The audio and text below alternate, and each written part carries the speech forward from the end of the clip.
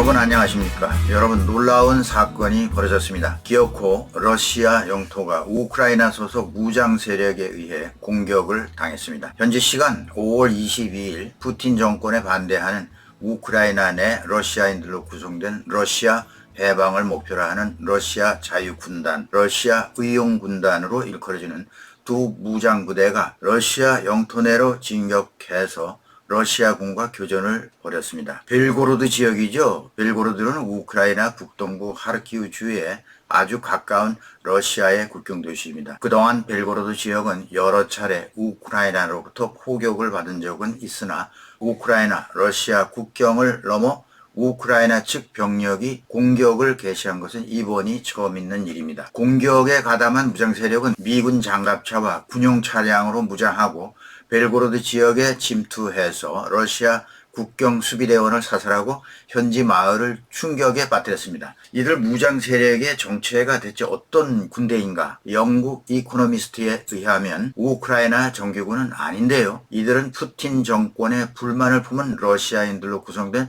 전투원으로서 우크라이나 국방부 산하 정보총국과 연계되어 있다고 보도했습니다. 러시아 자유군단은 우리는 코진카 마을을 해방했고 선봉대가 그라이보론에 진입했다 라고 하면서 우리는 진격할 것이다. 러시아는 해방된 것이다 라고 밝혔습니다. 그런데 전투 능력을 보면요.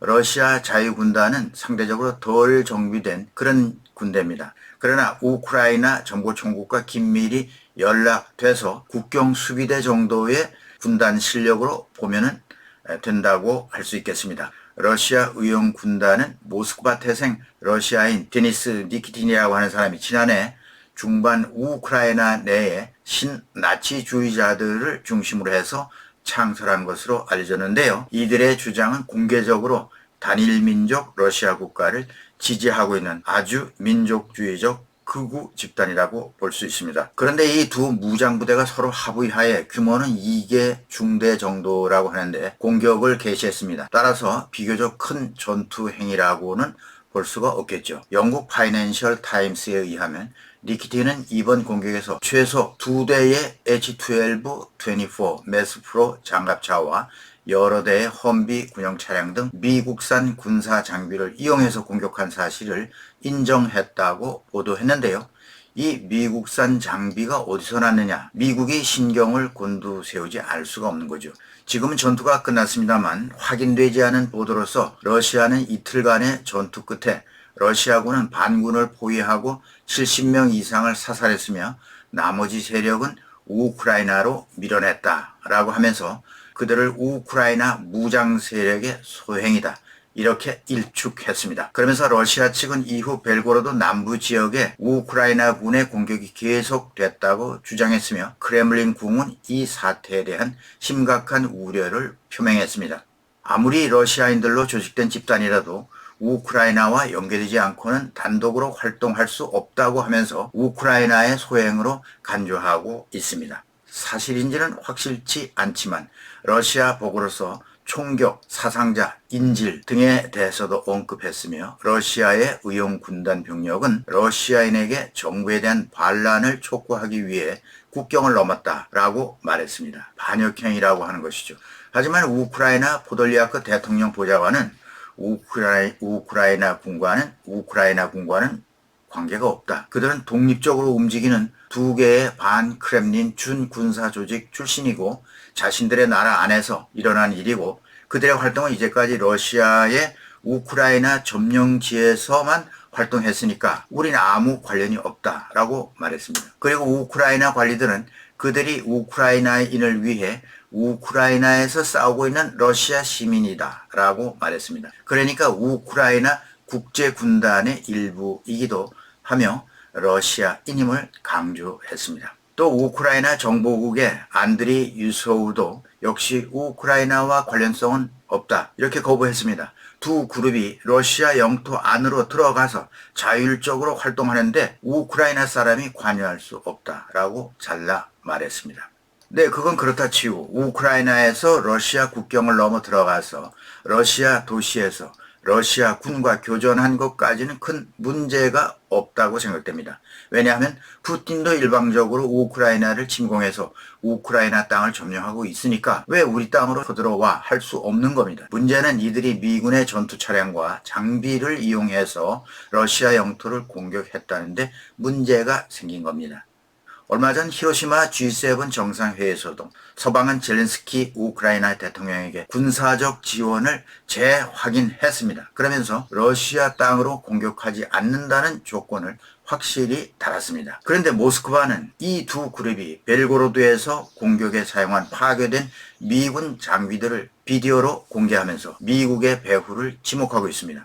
그러나 미국 국무부 대변인 매튜 밀러는 미국의 일반적인 정책으로는 미국제 무기가 러시아 국내 공격에 사용하지 않는다고 하는 것을 명확히 하고 있다, 이렇게 밝혔습니다. 그러면서 러시아 측 보고서를 자세히 관찰하고 있다. 그렇지만 우리는 러시아 주장에 일치하거나 동의할 수 있는 부분이 없다라고 밝혔습니다.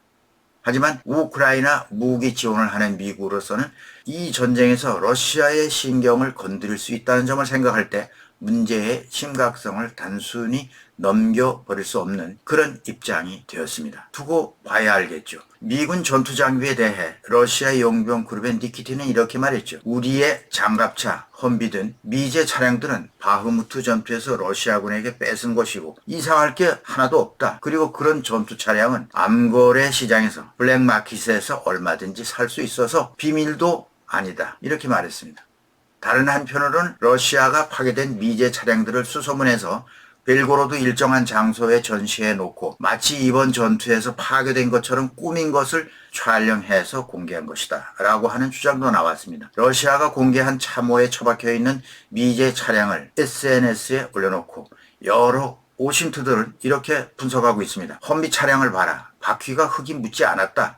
차량 앞 부분이 참호에 처박혔으면 나오기 위해서 공회전을 했을 텐데 긁은 흔적이 전혀 없다. 내부에 사람이 흔적이 없는 오래전에 파괴된 흔적, 거기다가 최근에 페인트 글씨만 그려놓은 흔적 등등을 지적하면서 이것은 아마 IS나 시리아 전쟁 때 가져온 미군 차량이 아닌가 하는 것 등 러시아의 가짜 정보임을 밝혀내고 있습니다. 네, 지난 크레므린궁 상공 드론 폭파로부터 앞으로 러시아 본토에 이런 일이 자주 일어나지 않겠는가 이렇게 예상이 되며 더구나 우크라이나는 대공사를 앞두고 어느 지역이 주 공세 지역이 될지 알 수 없는 긴박한 상황 속으로 러시아를 몰아넣을 것으로 보입니다. 따라서 러시아는 국경지역 관리에 더욱 긴장하지 않을 수 없게 되었습니다.